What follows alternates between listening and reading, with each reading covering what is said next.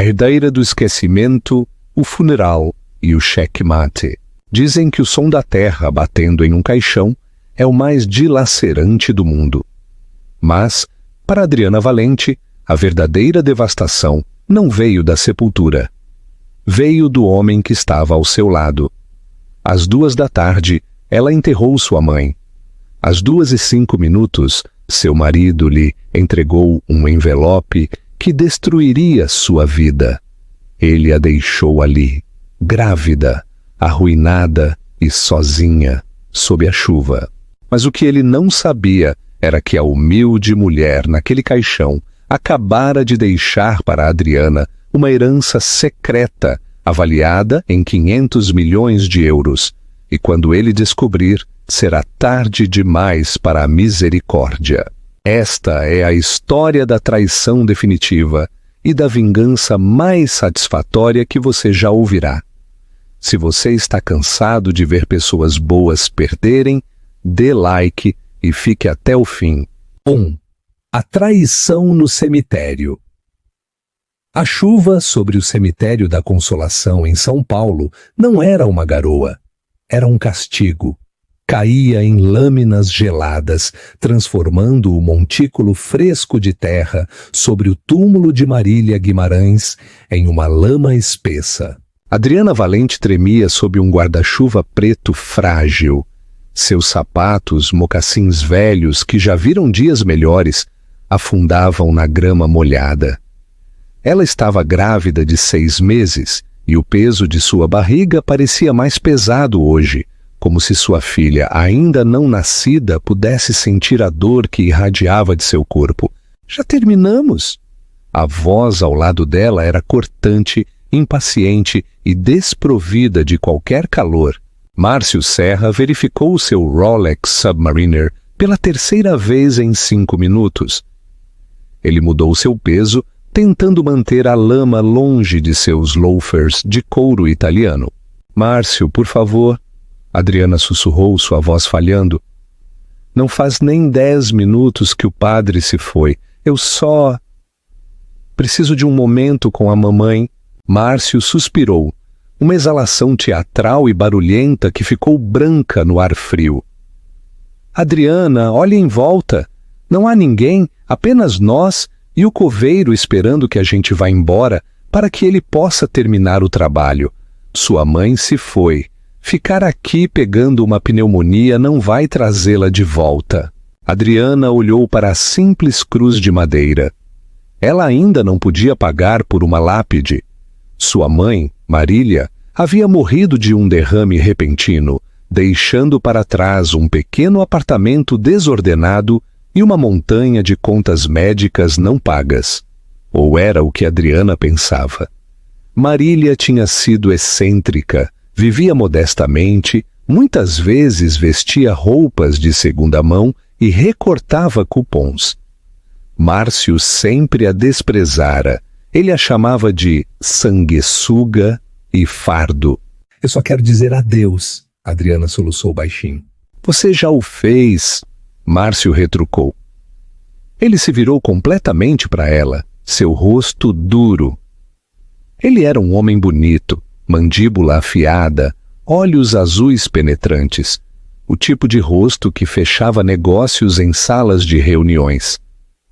Mas, naquele momento, ele parecia um estranho. Na verdade, já que estamos aqui, nunca há um bom momento para fazer isso, então vou arrancar o band-aid de uma vez. Adriana enxugou os olhos confusa. Fazer o quê? Márcio enfiou a mão no bolso interno de seu sobretudo. Ele tirou um envelope pardo grosso. Não era um cartão de condolências. Ele o enfiou na mão livre dela. O que é isso? Perguntou Adriana, o papel parecendo úmido sob seus dedos. Documentos de divórcio, Márcio disse calmamente. A maneira como ele disse foi terrivelmente casual, como se estivesse pedindo um café. Eu assinei minha parte. Meu advogado, Dr. Almeida, entrará em contato sobre a logística, mas eu quero que você desocupe a cobertura antes de amanhã à noite. O mundo parou. A chuva pareceu congelar no ar. Márcio? O quê? Adriana ofegou, agarrando o estômago. Eu estou grávida da sua filha. Minha mãe acabou de morrer. Estamos a enterrando agora mesmo. Eu sei que o momento não é ideal, Márcio disse, ajeitando os punhos. Mas eu não aguento mais isso, Adriana. Estou prestes a me tornar sócio no escritório Andrade em Associados. Eu preciso de uma esposa que se encaixe nessa vida. Uma esposa que seja um ativo, não um passivo. Um passivo? Adriana deixou cair o guarda-chuva. A chuva encharcou instantaneamente seu cabelo, colando-o em seu rosto pálido. Eu te sustentei por 5 anos. Trabalhei em 2 empregos enquanto você terminava a faculdade de Direito. Paguei por este terno que você está usando. Eu aprecio isso, Márcio disse friamente. Mas nós superamos um ao outro. Olhe para você, Adriana. Você é um ratinho. Você veste trapos. Não tem ambição. E, francamente, não quero mais estar amarrado à pobreza de sua família. Não quero que nossa filha seja criada com essa mentalidade de fracasso. E a outra, não é? Perguntou Adriana, sua intuição gritando. Márcio fez uma pausa. Uma careta cruel puxou o canto da boca dele. Silvia é a filha do sócio-diretor. Ela me entende, Adriana. Ela entende o mundo em que eu vivo. Você está deixando sua esposa e sua filha ainda não nascida pela filha do seu chefe? Estou garantindo meu futuro, Márcio corrigiu. Eu deixei 5.000 euros na conta conjunta. Considere isso uma indenização. Use para encontrar um lugar. Talvez volte para aquela cidadezinha de onde você veio. Combina mais com você. Ele se virou e começou a caminhar em direção ao seu BMW X5 prateado, estacionado no caminho de asfalto. Márcio, você não pode me deixar aqui! Adriana gritou, o vento rasgando o som de sua garganta. Eu não tenho carro, Márcio! Ele não olhou para trás. Entrou no SUV de luxo. O motor rugiu e ele se afastou, espirrando água lamacenta na grama, enquanto acelerava em direção à saída. Adriana caiu de joelhos na lama, apertou o envelope contra o peito, soluçando. Ela havia perdido a mãe e o marido em 24 horas. Estava sozinha, gelada e grávida de uma vida que ela já não sabia como sustentar. Comente agora. Você acha que Márcio é o epítome da escória ou apenas um homem ambicioso? Queremos ler sua reação a essa traição. 2. O segredo da herdeira Adriana ficou ali pelo que pareceram horas, tremendo tão violentamente que seus dentes batiam. Ela não ouviu o ranger dos pneus no cascalho, até que um carro parou bem atrás dela. Não era Márcio voltando. Era um Rolls-Royce Phantom, preto vintage. Um chofer saiu com um grande guarda-chuva preto, seguido por um senhor mais velho em um impecável terno cinza. Ele tinha cabelo prateado, óculos de aro de arame e carregava uma maleta de couro que parecia mais velha que Adriana. Ele caminhou até onde Adriana estava ajoelhada na lama. Não disse uma palavra a princípio, apenas segurou o guarda-chuva sobre ela, protegendo-a da chuva torrencial. Senhora Serra? Perguntou o homem. Sua voz era profunda, rouca e gentil. Adriana levantou o olhar com o rímel escorrendo por suas bochechas. Quem é o senhor? Meu nome é Dr. Gustavo Ribeiro, disse o homem. Eu fui o advogado pessoal de sua mãe nos últimos 40 anos. Adriana piscou, limpando a chuva dos olhos. Minha mãe não tinha um advogado. Ela trabalhava em uma padaria. Mal tinha dinheiro para o aluguel. Dr. Gustavo sorriu, um sorriso pequeno e secreto que não chegou aos olhos. Ele lhe ofereceu uma mão para ajudá-la a se levantar. Isso, querida, era exatamente o que Marília queria que todos acreditassem. Por favor, venha para o carro. Temos muito a discutir e a herdeira da dinastia Valente simplesmente não pode pegar um resfriado.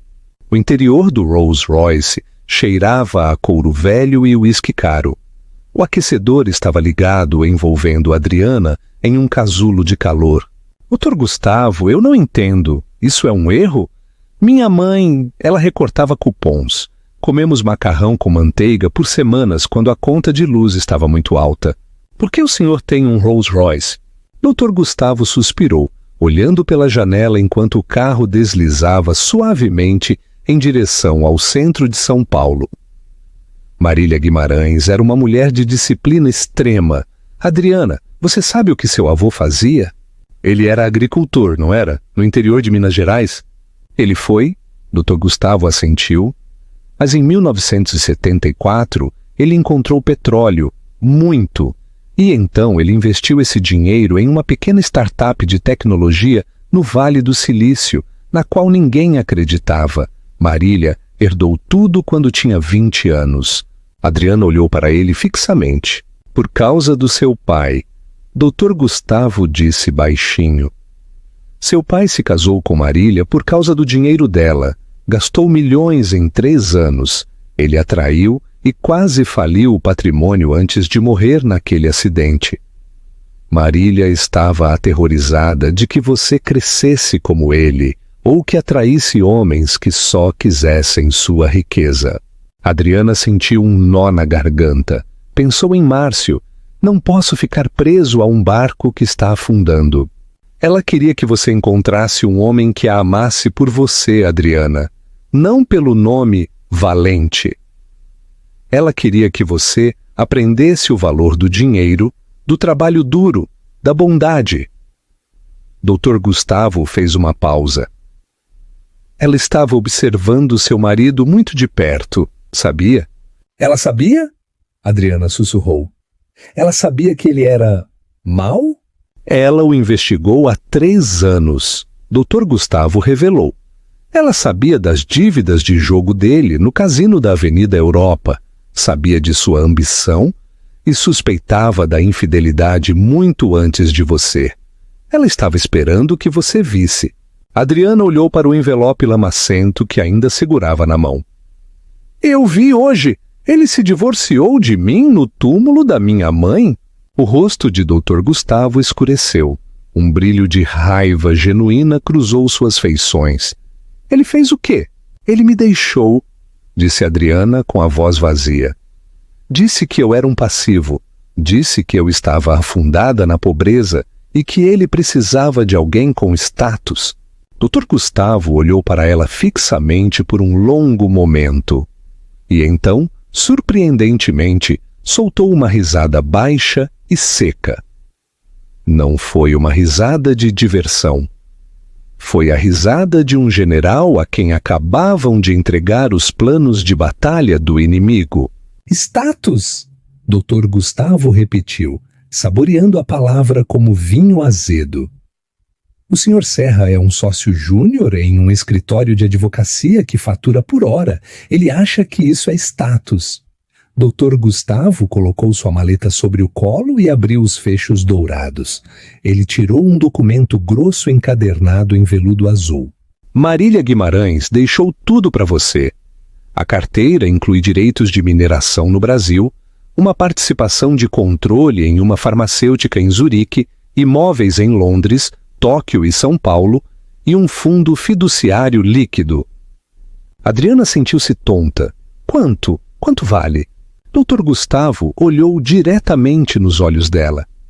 Após impostos, a avaliação atual do patrimônio Valente é de aproximadamente 520 milhões de euros. Adriana deixou cair a xícara de chá. Ela não quebrou, mas o líquido quente derramou nos tapetes. 500 milhões? Dr. Gustavo levantou um dedo. Há uma condição. Sua mãe sabia que você era de coração mole, Adriana. Ela estava preocupada que, se você herdasse esse dinheiro enquanto casada, com um homem como Márcio, ele a manipularia para que você lhe desse o controle. Adriana olhou para os papéis do divórcio em seu colo. Márcio acabara de lhe entregar a chave da fortuna. Ao se divorciar dela, ele havia cumprido a condição. Ele fez isso sozinho? Adriana sussurrou. Exatamente, disse Dr. Gustavo. Tecnicamente, dado que ele apresentou os documentos antes que você reivindicasse a herança, e dado que heranças com esta estrutura fiduciária específica estão separadas dos bens conjugais, ele tem direito a exatamente 0 centavos deste dinheiro. Dr. Gustavo inclinou-se para a frente. No entanto, ninguém sabe. Para o mundo, Marília Guimarães morreu pobre. Para Márcio, você é uma mãe solteira indigente. Se apresentarmos a aceitação da herança publicamente, ele pode tentar contestar o divórcio, alegar que a quer de volta apenas para obter um acordo. As lágrimas de Adriana haviam secado. Em seu lugar, uma brasa fria e dura começou a brilhar em seu peito. Ela pensou em Márcio dirigindo. Pensou nele, a chamando de passivo. Pensou em Sílvia, a mulher que estava tomando o seu lugar. Ele quer o divórcio? Disse Adriana, sua voz tremendo, mas desta vez com raiva, não com tristeza. Eu lhe darei o divórcio, mas não quero que ele saiba sobre o dinheiro. Ainda não. Dr. Gustavo sorriu, e desta vez foi um sorriso de predador. Eu esperava que você dissesse isso. O silêncio é a nossa melhor arma, mas você precisa de um lugar para morar. A cobertura está no nome dele? Sim. Bom, que ele fique com ela. Tem uma hipoteca, eu presumo. Enorme. Ele é obcecado por aparências. Excelente. Dr. Gustavo bateu em um papel do arquivo. Sugiro que a mudemos para a propriedade da família. Não está na cidade. Está em Alphaville. É onde os verdadeiros magnatas vivem. Estará vazia, mantida por funcionários esperando por você. Mas primeiro, Dr. Gustavo olhou para o vestido enlameado dela, seus sapatos gastos, seu cabelo desgrenhado. Se vamos para a guerra, Sra. Serra, ou melhor, Senhorita Valente, precisamos equipá-la com a armadura certa. Adriana tocou sua barriga. Ele disse que queria um futuro. Ela sussurrou para a chuva, que riscava a janela. Eu vou comprar o futuro dele. CTA. Assine agora para não perder o momento em que Adriana veste a armadura. E compartilhe isso com sua melhor amiga. 3. A entrega dos papéis. Humilhação disfarçada. 3 dias após o funeral, Adriana entrou nos elegantes escritórios de paredes de vidro da Andrade em Associados. Ela usava um cardigan de lã cinza, que lhe caía um pouco grande, jeans gastos e tênis. Ela parecia exatamente o que Márcio queria que ela fosse, derrotada, pobre e insignificante. A recepcionista, uma jovem com cabelo perfeitamente penteado, olhou para Adriana com desdém mal disfarçado. A entrega é na entrada de serviço dos fundos. Eu vim ver Márcio Serra, Adriana disse baixinho, apertando sua bolsa. Eu sou a esposa dele. A recepcionista piscou. Seus olhos examinaram a roupa de Adriana. Oh, a esposa. Certo, ele está na sala de conferências B. Ele disse para mandá-la diretamente. Ele está com pressa. Adriana caminhou pelo corredor. Podia sentir os olhos dos paralegais e sócios juniores sobre ela. Todos sabiam. Em um escritório como este, a fofoca viajava mais rápido do que transferências bancárias. Eles sabiam que Márcio estava deixando sua esposa grávida pela filha do chefe. Eles provavelmente tinham uma aposta sobre se ela choraria.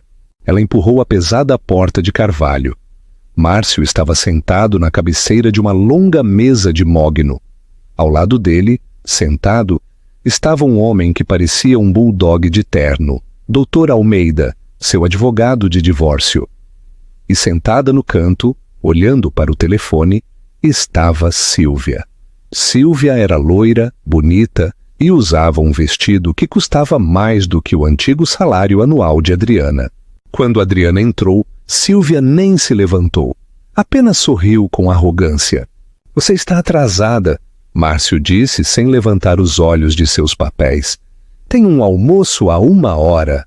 Tive que pegar o ônibus, mentiu Adriana. Seu Rolls Royce estava, na verdade, estacionado a 3 quarteirões, com seu chofer vigiando-o como um falcão. Aqui está o acordo. Dr. Almeida deslizou um documento pela mesa. Conforme discutido, Márcio fornece uma quantia única de 5.000 euros, sem pensão alimentícia compensatória, sem reivindicação sobre seus futuros ganhos. Você obtém a custódia física total do menor, mas Márcio retém o direito de visita a seu critério. Direito de visita? Perguntou Adriana, sua voz tremendo ligeiramente. Você quer ver a criança? Linguagem legal padrão, Márcio disse com desdém. Eu duvido que eu tenha muito tempo com o caminho do sócio e nossa nova vida. Ele olhou para Sílvia, mas fica bem no papel ter a opção. Adriana usou toda a sua força para não se atirar por cima da mesa. Fica bem no papel. Era tudo o que sua filha significava para ele. Uma cláusula, uma nota de rodapé. E se eu assinar isso? Disse Adriana. Terminamos completamente? Irrevogavelmente, disse Dr. Almeida. No momento em que o juiz carimbar isso, vocês serão legalmente estranhos. Adriana pegou a caneta. Sua mão pairou sobre o papel. Márcio, ela disse olhando em seus olhos. Você tem certeza? Uma vez que eu assinar isso, você nunca mais poderá voltar, aconteça o que acontecer. Márcio riu. Foi um som frio e de pena. Adriana, olhe para você e olhe para mim. Confie em mim. Eu não vou voltar. Apenas assine os papéis para que todos possamos seguir em frente. Sílvia riu no canto. De preferência antes da minha reserva para o almoço, por favor. Adriana baixou a caneta. Assinou seu nome. Adriana Valente. Ela empurrou os papéis. Eu mantenho meu sobrenome de solteira, ela disse baixinho. Eu não quero mais o seu. Por mim, tudo bem. Márcio agarrou os papéis, revisando a assinatura. Doutor Almeida, arquive isso imediatamente. Adriana, o cheque está no correio. Boa sorte com o que quer que você vá fazer. Ele se levantou, ofereceu o braço a Sílvia e saiu da sala sem olhar para trás. Ele não perguntou como o bebê estava, não perguntou onde ela dormiria. Ele simplesmente saiu em direção ao seu futuro brilhante e reluzente. Adriana esperou até que a porta clicasse. Então ela se levantou, alisou o cardigã. Sua postura mudou. A corcunda se desvaneceu, substituída por uma coluna de aço. Ela saiu do prédio, ignorando a recepcionista. Caminhou 3 quarteirões até o Rolls Royce que a esperava. Seu chofer abriu a porta. Dr. Gustavo Ribeiro esperava lá dentro com um copo de cidra espumante. Está feito? Ele perguntou. Está feito, disse Adriana com a voz gelada. Ele pensa que eu estou arruinada. Ele pensa que ganhou. Dr. Gustavo brindou o copo dela. O inimigo mais perigoso, querida, é aquele que você pensa que está morto. Agora, vamos para casa. 4. O renascimento em Alphaville.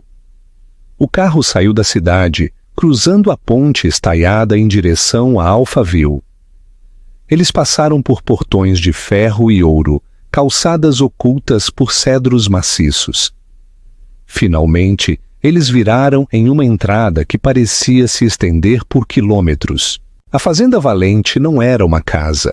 Era um santuário, uma fortaleza moderna de vidro e pedra, com vista para o campo de golfe de Alphaville. Tinha 6 quartos, uma biblioteca, uma piscina infinity e uma equipe de 5 pessoas que haviam jurado sigilo absoluto. Quando Adriana saiu do carro, a governanta, uma mulher de meia-idade chamada Senhora Guimarães, inclinou a cabeça. Bem-vinda à casa, senhorita Valente. Preparamos o quarto da menina. Adriana caminhou pela casa, sua mão roçando as superfícies de mármore. Ela parou no quarto do bebê. Estava pintado de um suave creme, com um berço que parecia pertencer à realeza. Ela caminhou até a janela e olhou para a paisagem verde. Em algum lugar da cidade, em um apartamento apertado, Márcio estava celebrando sua liberdade. Aproveite, Márcio, ela sussurrou, sua mão repousando sobre sua barriga.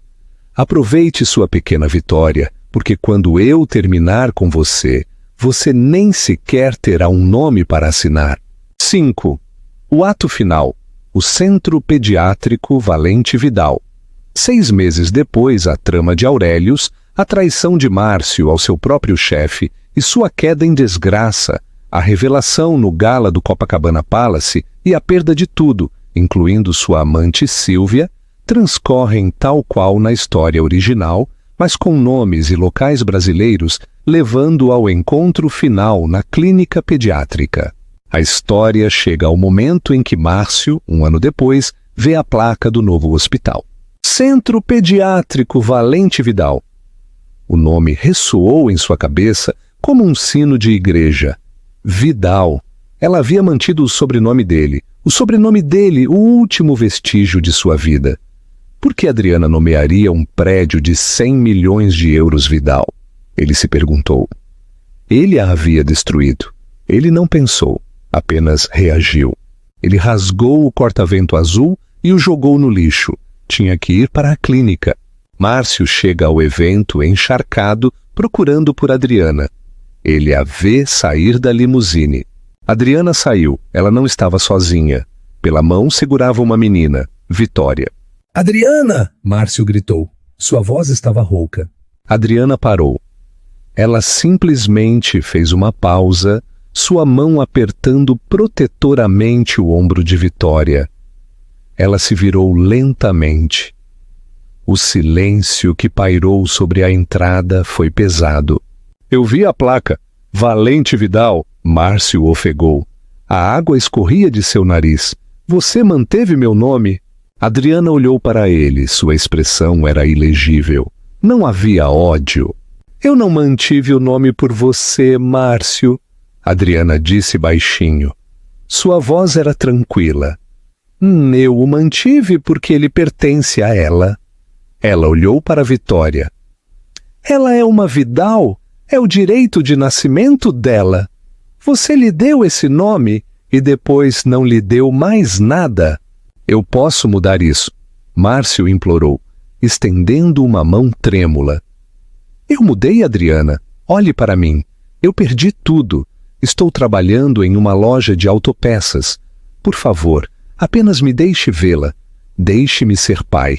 Vitória se escondeu atrás do casaco de Adriana, olhando para o homem molhado e gritando. Mamãe, quem é esse? Ela perguntou. Sua voz era pequena e aterrorizada. Adriana se ajoelhou no tapete vermelho, ignorando a umidade. Ela não olhou para Márcio. Olhou apenas para a filha. Você se lembra que eu disse que às vezes as pessoas tomam decisões ruins? Adriana perguntou à menina. Vitória assentiu. E você se lembra que eu disse que às vezes temos que deixar de lado as coisas que nos machucam para poder abrir espaço para as coisas que nos fazem felizes? Sim, mamãe. Adriana se levantou. Olhou para Márcio pela última vez. Seus olhos eram claros, secos e completamente definitivos. Havia apenas uma vasta e imensa indiferença. Esse homem, Adriana disse à filha, é um fantasma de uma história muito antiga. Não é ninguém que conhecemos. Márcio sentiu sua alma se estilhaçar. Ninguém que conhecemos. Dr. Gustavo, Adriana disse virando-se. Vamos entrar. Está frio aqui fora. Adriana e Vitória entraram na luz dourada. As portas deslizaram, fechando-se. 6. Conclusão. Significativa. O valor do diamante Márcio ficou no chão. Ele esperava raiva. Ele poderia ter lutado contra a raiva. Raiva significava que ele ainda importava. Mas a indiferença, ser apagado da história de sua própria filha, essa era uma ferida que nunca sararia. Ela nomeou o prédio por mim, Márcio murmurou, delirando até o amargo final. Dr. Gustavo Ribeiro estava ao lado dele. Ela o nomeou pela filha que ela criou sozinha. Ele corrigiu. Você foi simplesmente a necessidade biológica, uma transação. Dr. Gustavo pegou uma nota amassada e a enfiou no bolso da camisa encharcada de Márcio. 5 euros. A passagem de ônibus. Adriana se lembrou do dia em que você a deixou no cemitério. Você a deixou com 5.000 euros para que ela começasse uma nova vida. Dado que o senhor agora vale aproximadamente 1/1000 do homem que era naquela época, a matemática parecia apropriada. Dr. Gustavo se foi. Márcio ficou sozinho, encolhido sob a chuva de São Paulo.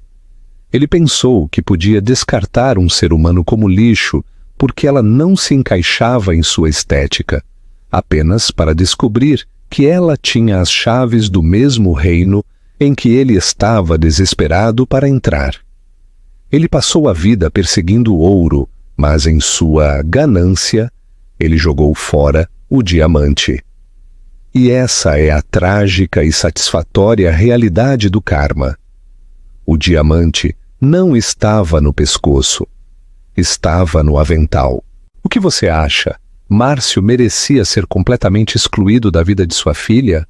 Ou Adriana foi muito dura no final? Quero ouvir sua reação nos comentários. 7. A sentença do amanhecer. A indiferença é a prisão. O dia em que Márcio se deixou cair no cimento, encharcado e com 5 euros no bolso, foi o dia em que a vida parou de ser uma queda livre para se tornar uma rotina monótona e gélida. 6 anos se passaram desde a inauguração do Centro Pediátrico Valente Vidal. Márcio não voltou a pisar no centro de São Paulo. Ficou preso na periferia sul, uma zona cinzenta e operária que ele, em sua antiga vida, nem sequer sabia que existia. Aos 45 anos, Márcio trabalhava no turno da noite em um posto de gasolina em Guarulhos, limpando banheiros e repondo prateleiras. O ar cheirava a gasolina, café velho e derrota.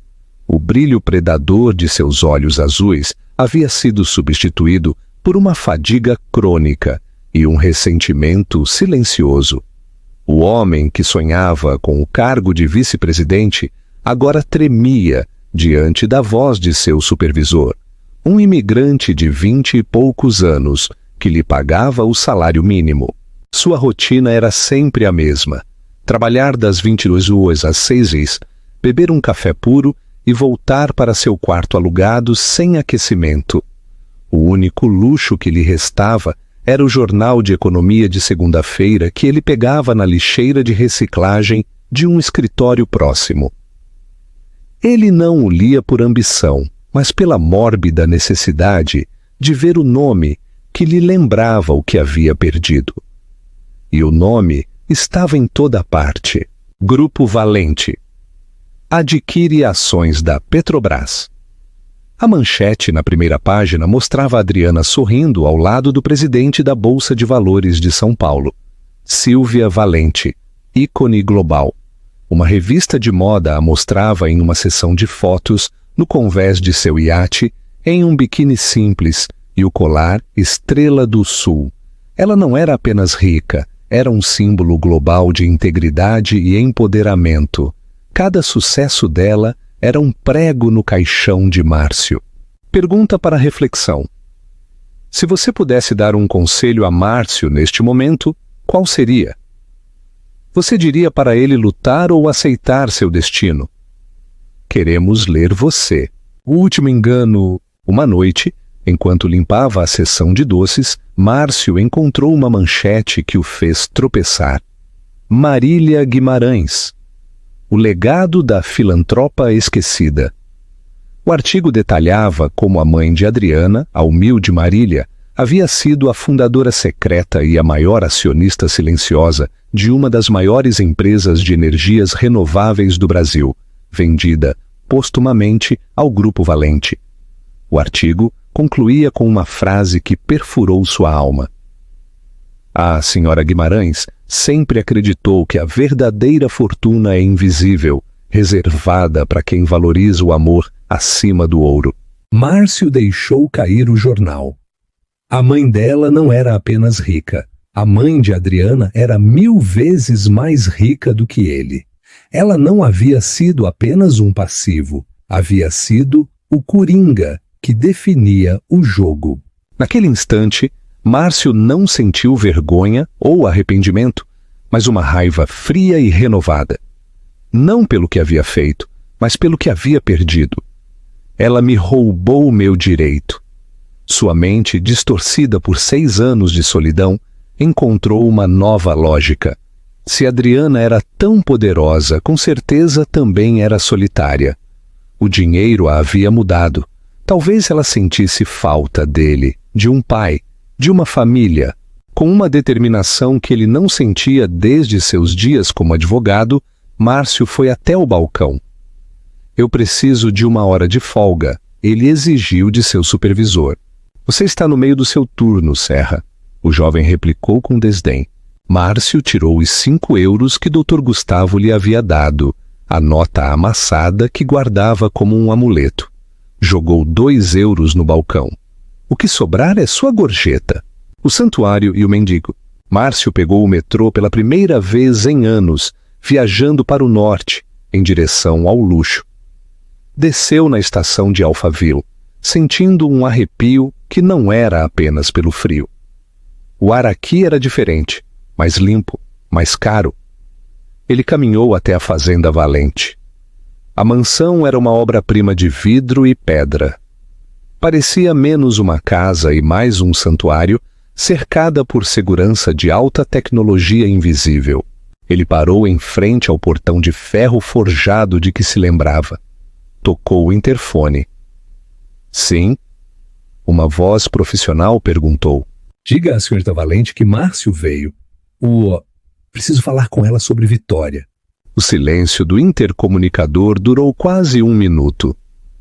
Por favor, espere na entrada, disse a voz. Uma figura emergiu da casa. Não era Adriana nem Dr. Gustavo. Era um homem musculoso, vestido com um traje de segurança. Ele não se aproximou de Márcio, mas parou a cerca de 10 metros de distância.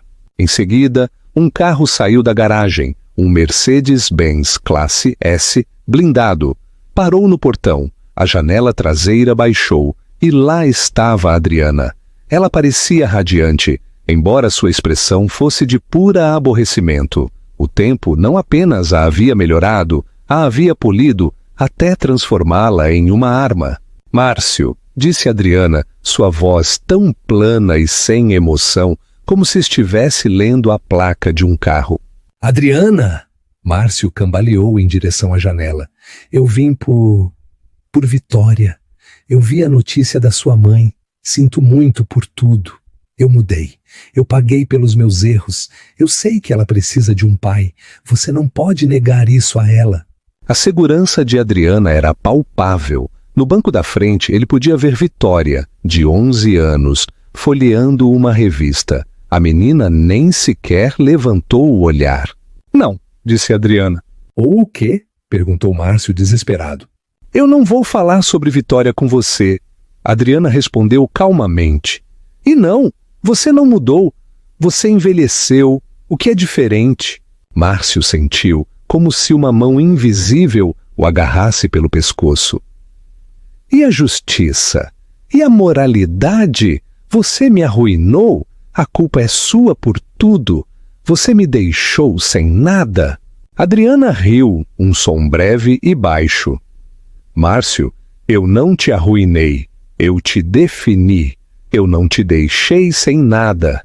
Eu te devolvi ao que você era sem meus recursos. Justiça? A justiça é que minha filha não tenha que aprender a lição da traição do jeito difícil. Ela fez uma pausa. Inclinou-se ligeiramente para a frente. Você quer saber por que eu não te temo? Adriana olhou para seu guarda de segurança, depois para a cerca perimetral invisível, depois para Márcio, tremendo no ar frio de Alphaville. Porque você é um zero. Você não tem poder, e o que é pior, você não tem história. Eu sou o pai de sua filha. Vitória não sabe quem você é.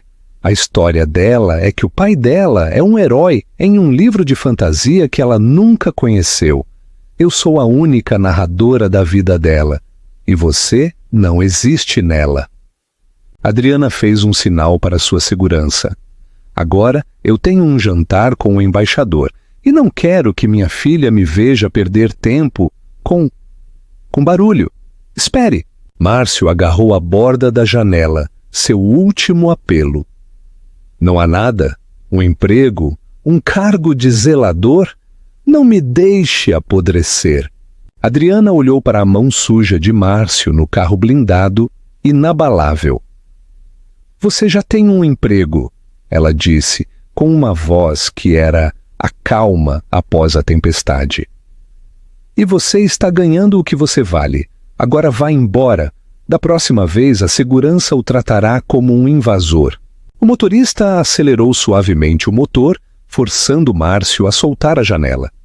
O carro partiu, deslizando silenciosamente. Márcio ficou lá, vendo a silhueta do carro desaparecer. Não era a pobreza que doía, era ser apagado.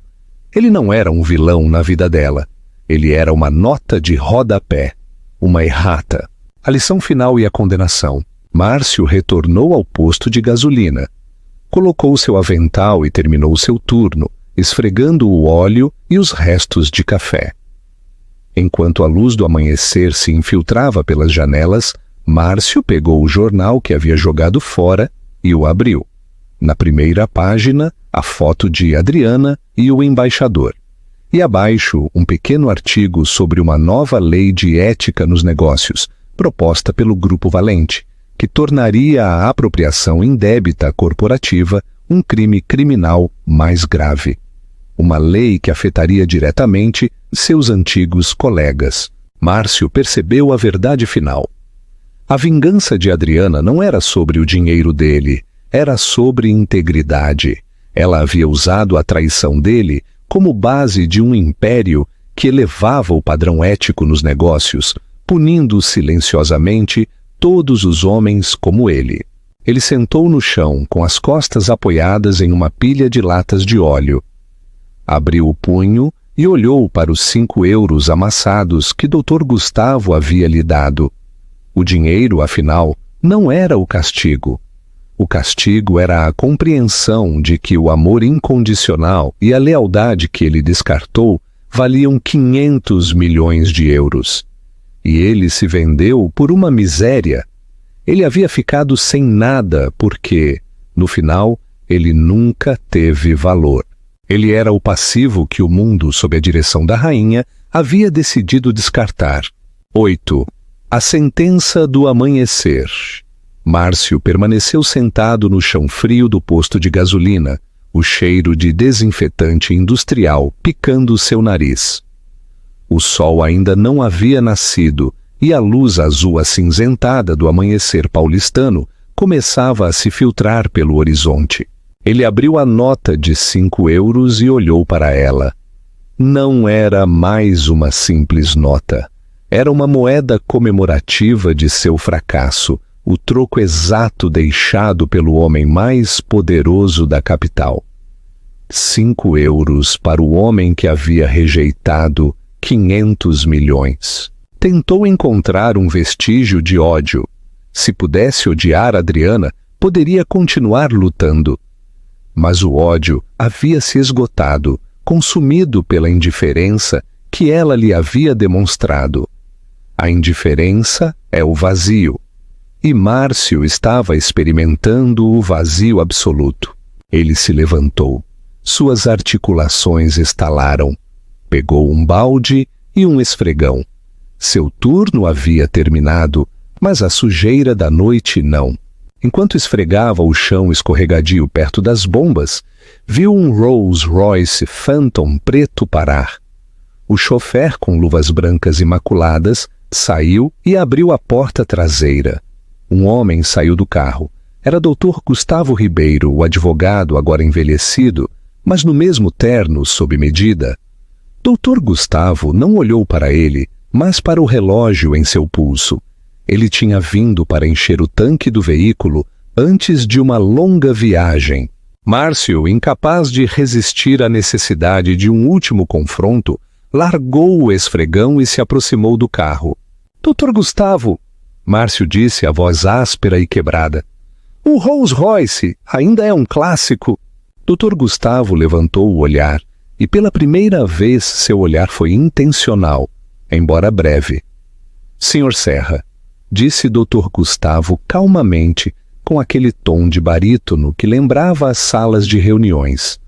É um veículo com história, um ativo que durou mais do que muitos homens.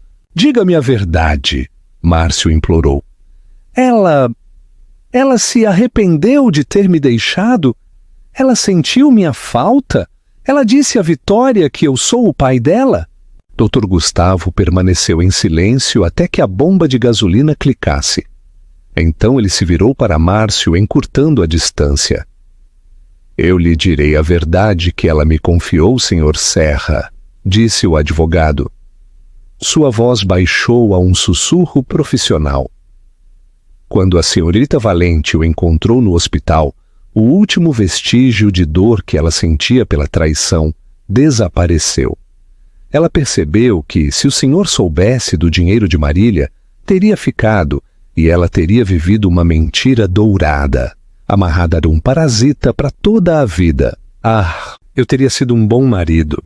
O senhor teria sido um fardo que ela teria que arrastar, Sr. Serra. A senhorita Valente não lamenta sua partida. Ela lamenta que o senhor tenha demorado tanto para ir embora. Sua partida a libertou para se tornar a mulher que estava destinada a ser. Seu único erro foi chamá-la de passivo. Seu erro foi um presente. Motivou-a a provar que o único fardo em seu casamento era o senhor. Dr. Gustavo enfiou a mão no bolso, não para tirar dinheiro, mas para tirar um pequeno cartão de visita impecável. Quanto à sua filha, Dr. Gustavo entregou o cartão a Márcio. Era o cartão do Centro Pediátrico Valente Vidal. Olhe o endereço, fica a mais de 30 quilômetros daqui. Ela fez uma vida a qual o senhor não tem acesso e que nunca poderá pagar. O senhor não é uma lembrança dolorosa, é uma anedota que se tornou irrelevante. Márcio sentiu o frio da manhã penetrar em seus ossos. Ele olhou para o cartão. O calor do ouro e do poder em suas mãos contrastava com o frio de sua realidade. A vida que o senhor tem agora, disse Dr. Gustavo, virando-se para o seu Rolls Royce, é a vida que o senhor ganhou com suas próprias decisões. Aproveite-a, Sr. Serra. Dr. Gustavo entrou no carro. A limusine se afastou sem fazer barulho. Márcio ficou no ponto exato onde estivera parado. Olhou para o cartão. Olhou para a nota de 5 euros. Olhou para a poça de óleo no chão. Pegou uma garrafa de desinfetante e a borrifou sobre a mancha de óleo. A vida de Márcio Serra não era mais uma tragédia. Era a limpeza de um erro. O último pensamento e a condenação. Márcio foi para o armazém e pegou o esfregão. Começou a esfregar. Um autômato silencioso. Sua mente não sonhava mais com coberturas ou elevadores. Apenas pensava na próxima mancha, enquanto o sol finalmente nascia sobre Guarulhos, iluminando a placa do posto de gasolina. Márcio percebeu o final verdadeiro e cruel. Ele era a única pessoa no mundo que se lembrava do seu próprio nome. Para todos os outros, e o mais importante, para sua filha e a mulher que o amou, Márcio Serra havia se dissolvido. Ele era o fantasma, não de uma história antiga, mas de uma oportunidade que desperdiçou. A rainha havia se libertado e o rei, despojado de sua coroa, foi condenado à rotina eterna no reino que ele mesmo criou, o deserto da insignificância. Um desfecho amargo, mas inevitável. Reflexão final. Você acha que a vida deu a Márcio uma segunda chance que ele não soube aproveitar? Ou o destino dele foi selado desde o momento em que ele menosprezou o amor de Adriana? Deixe seu último comentário e sua grande lição aprendida desta história. Se você gostou desta épica de justiça poética, por favor, dê like e compartilhe. E não se esqueça de se inscrever para continuar presenciando o poder do karma. Obrigado por ler até o final.